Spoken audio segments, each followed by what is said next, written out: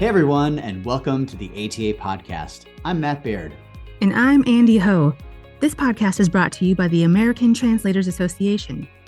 Each month, we bring you news and insights from ATA. We look at what's happening across the association, explore the benefits of membership, and discuss the translation and interpreting professions. That's right. You know, the T&I industry is always changing, and we hope this podcast will help you keep up with it. ATA was founded over 60 years ago to advance the translation and interpreting professions and foster the professional development of individual translators and interpreters. We have nearly 9,000 members in more than 100 countries. If you'd like to know more about ATA, we'll have some information for you at the end of the show. And you'll also find links in the notes. All right, let's get started with a few quick announcements. The ATA's Financial Translators Special Interest Group will be holding an online launch event on Saturday, February 24th at 12:30 p.m. Eastern Standard Time. Come meet other translators in the financial sector and find out more about this exclusive special interest group. Email ftsig@atanet.org to receive the Zoom link. This event is limited to ATA members. ATA is now accepting presentation proposals for the 65th Annual Conference in Portland, Oregon, which begins on October 30th, 2024. Proposals are due March 1st. All proposals are selected through a competitive peer review process. By contributing to the advancement of your profession, you will build your reputation and resume, widen your networking circle, and position yourself as a key player to help shape the future of the T&I industry. Speakers come from all over the world and volunteer to share their experience and expertise with all attendees. They are working translators and interpreters, many of whom are also educators, attorneys, physicians, CEOs, and managers. You do not have to be an ATA member to submit a proposal. To submit a proposal, visit atanet.org, go to Events, and click on Visit ATA 65, and then click on Call for Speakers. It's not too late to renew your ATA membership. Renew now to ensure your uninterrupted access to the best marketing and networking in the language services industry. Whether you're an independent contractor, an in-house linguist, or a language services company owner, ATA provides you with the marketing, education, and opportunities you need to be successful in your translation or interpreting business. Renew online at atanet.org under Member Center, then renew your membership. Hello, and welcome to the ATA podcast. I'm your host, Andie Ho, and today is our 100th episode. And we're going to spend it talking about the ATA's Mastermind Program.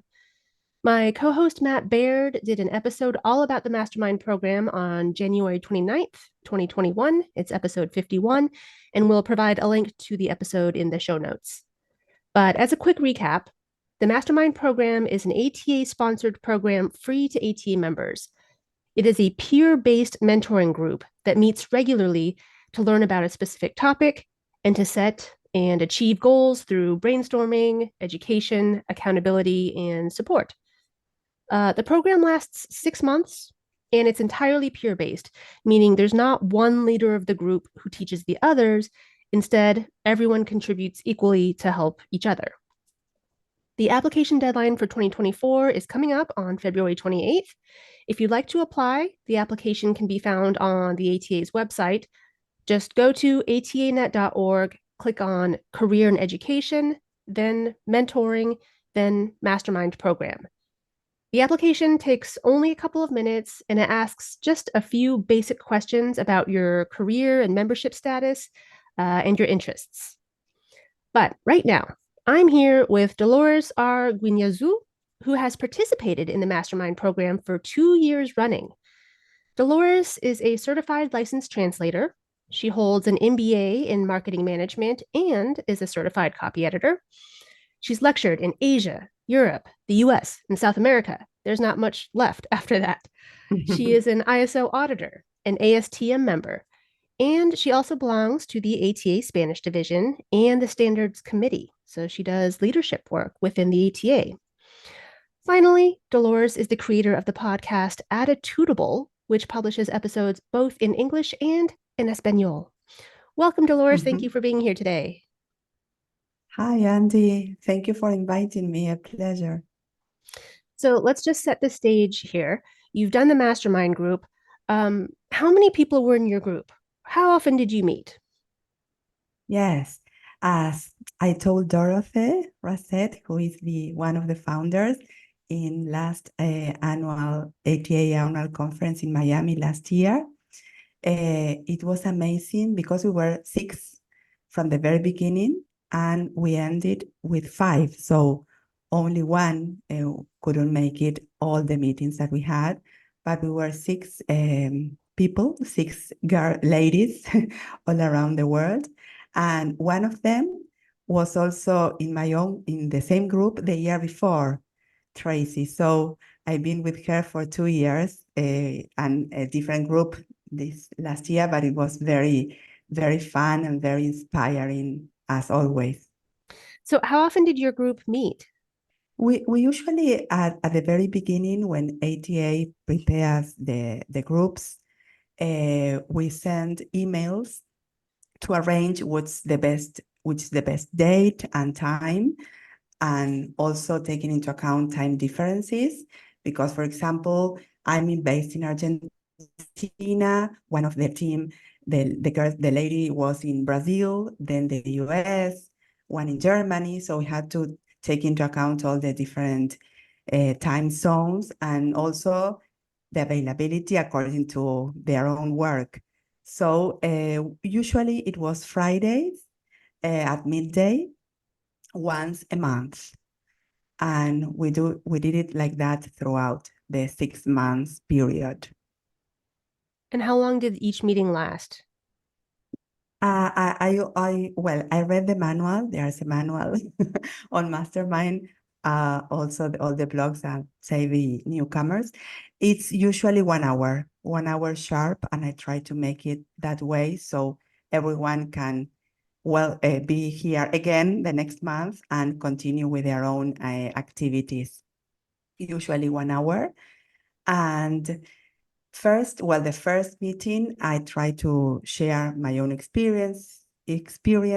We each of one introduces ourselves, and then what I implemented last year was like having each one of the group present like a 10 or 20-minute oral presentation, for example, about a book that they were reading and they want to share some tips, some useful advice on how perhaps to negotiate better or be more productive, or I don't know, many topics, always related to business, also mental health, because I think it's good for us to speak about that topic.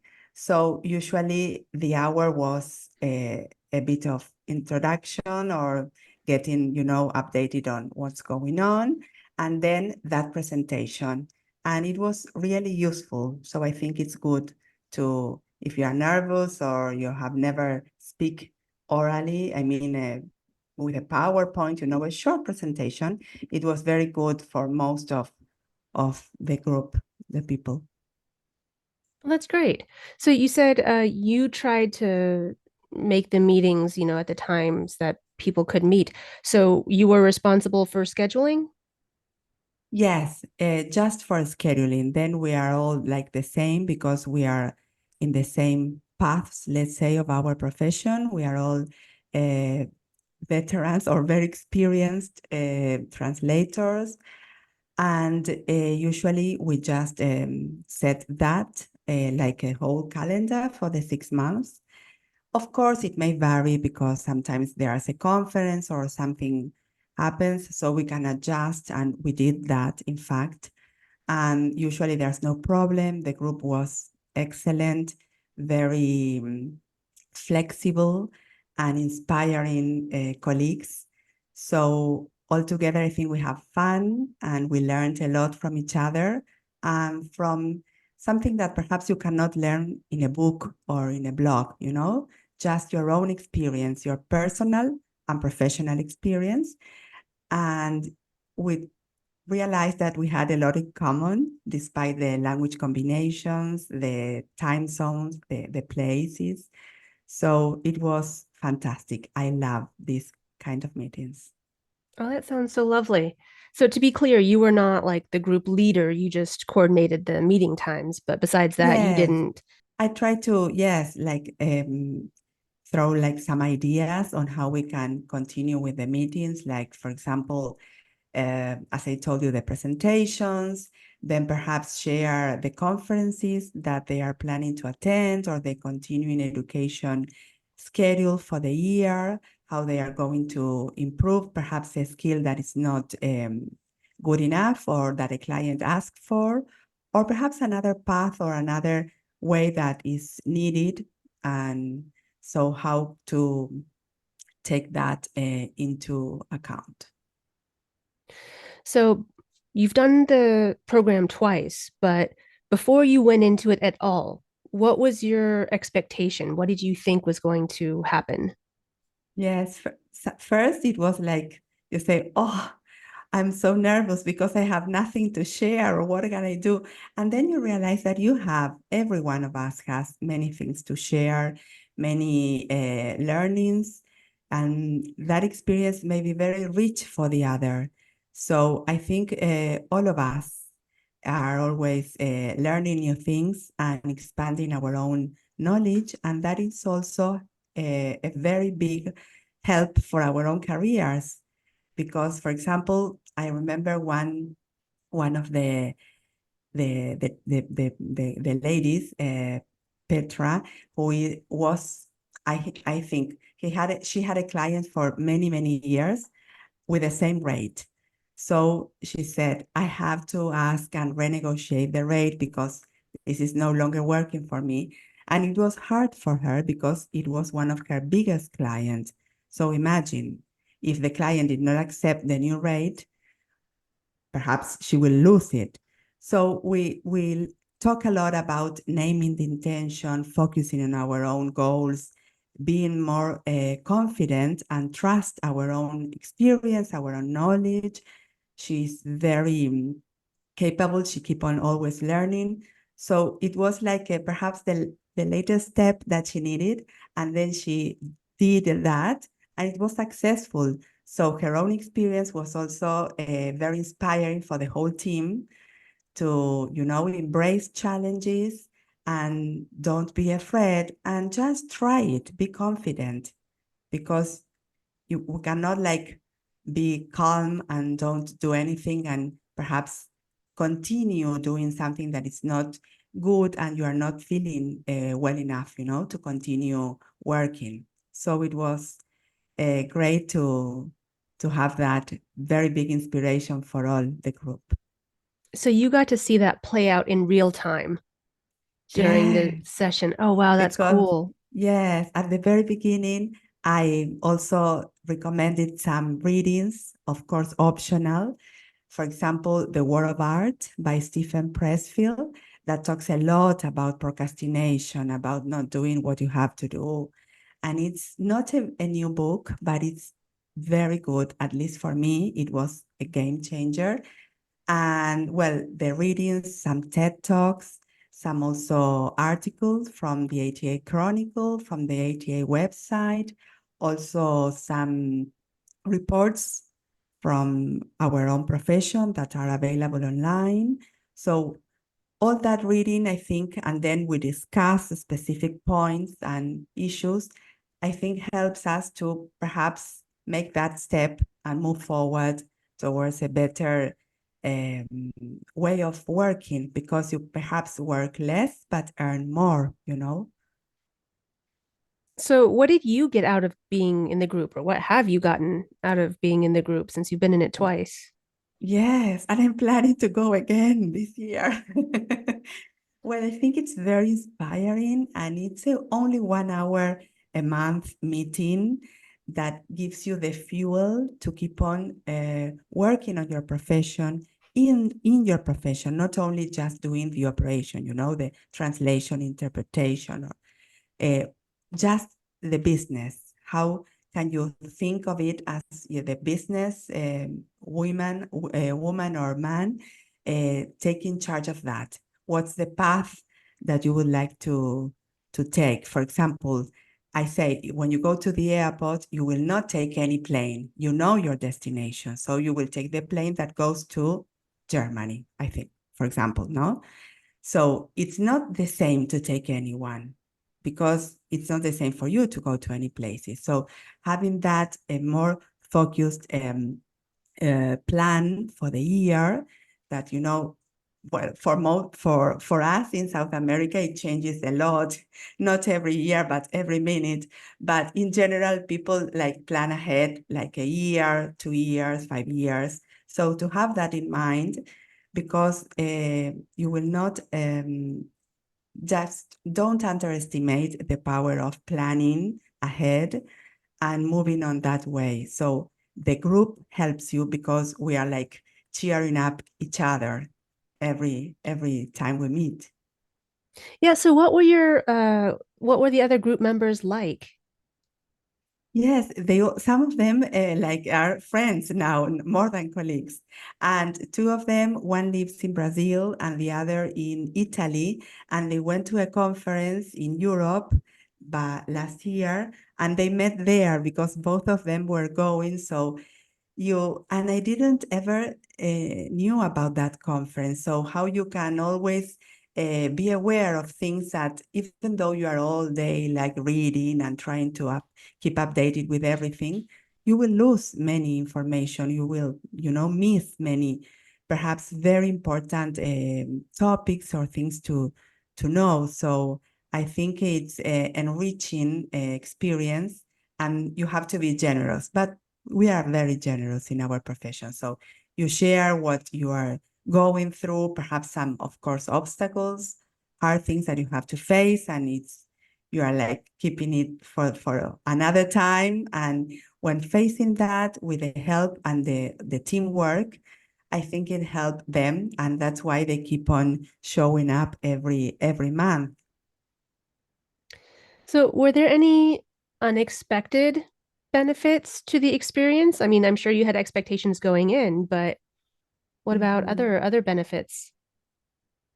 Well, I always like networking with different colleagues. Well, I forgot to, first of all, I want to mention that I met one of the members in at the ATA conference, annual conference, because she was able to go there. And it was great to see her in person after all the months that we spent together. And what I take for me is that this is a work in progress, like a life in progress, because we'll never finish our learning and how we can interact and be more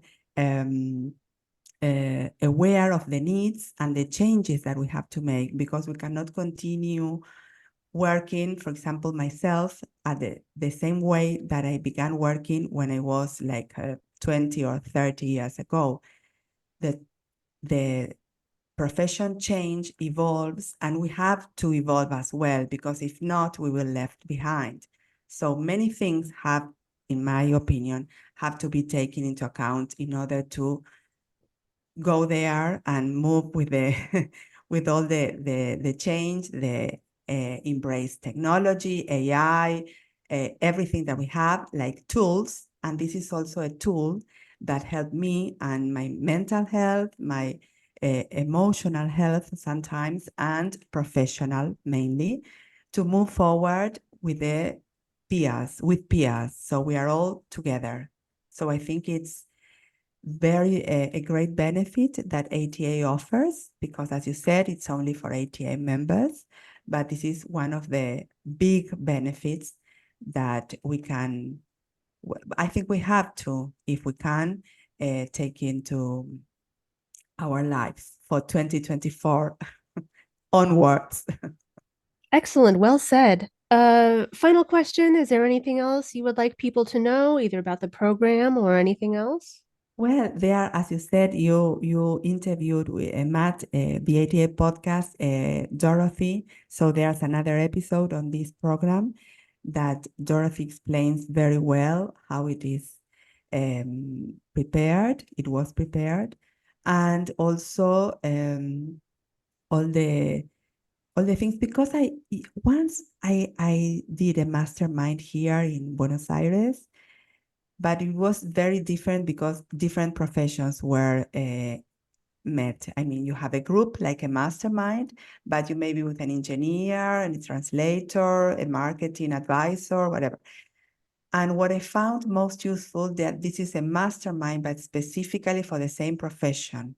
So it's only us, translators, linguists, interpreters, I mean, all of us. So I think it's the richest point that I found if I have to compare with other mastermind gatherings, that exist in other professions in the world. And this is for free, I mean, because with your membership, you have it included, so you don't have to pay, because usually they are very expensive and you have to pay a lot to participate in those groups, in those meetings. So I think it's a great way to keep on learning, to keep on being inspired, that sometimes we are like low or something happens, and to keep on growing in our profession that is in a complete transformation as all the professions, Good points, all good points. Well, thank you very much. Again, I will reiterate that the application deadline for 2024 is February 28th. Application is available on the ATA website, and we'll also put the link in the show notes. So we hope to see you there, and Dolores apparently will be there. She says she's signing up for year 3. Yes, I'll meet you Excellent. there. Don't hesitate. And just try it. You will not regret it. Thanks, Andie, and thanks, ATA, for the opportunity to share my experience. Thank you, Dolores, for being here. All right, that's a wrap. We'd like to thank everyone who helped produce today's show. Chris Silva recorded the announcements. Derek Platts mixed and edited the audio. ATA headquarters provided editorial and technical support. If you learned anything new in today's podcast, I bet there's someone out there who would like to know it too. Don't be stingy. Tell them about the podcast. I've gotten to know so many great podcasts that way. I promise they'll thank you for it. And if you're not an ATA member, listen up. I've been a member for over 20 years. Joining ATA literally launched my freelance career. It opened the door to a profession I knew very little about, and attending my first annual conference led to my very first freelance job. And I joined for the first time in 2004 as a student. My first conference blew my mind. Nowadays, the demand for translators and interpreters is at an all-time high, but finding quality work isn't easy. ATA membership can make the difference. And ATA isn't just for translators and interpreters. We have teachers and professors, hospital administrators, language company owners, and technology developers, just to name a few. Companies and institutions can join too. Our membership includes language companies, universities, and government agencies. If you'd like to know more, go to ATA's website, atanet.org. You can also check out past episodes of this podcast where we talk about the benefits of membership and what's currently happening in the association. But before you go, please take a quick moment to give us a rating or write a review. Tell us what you like, why you listen, or about your favorite guest. Your feedback is super helpful, and reviews help other listeners find the show too. We'd really appreciate hearing from you. Thanks again for listening, everyone. Talk to you again soon.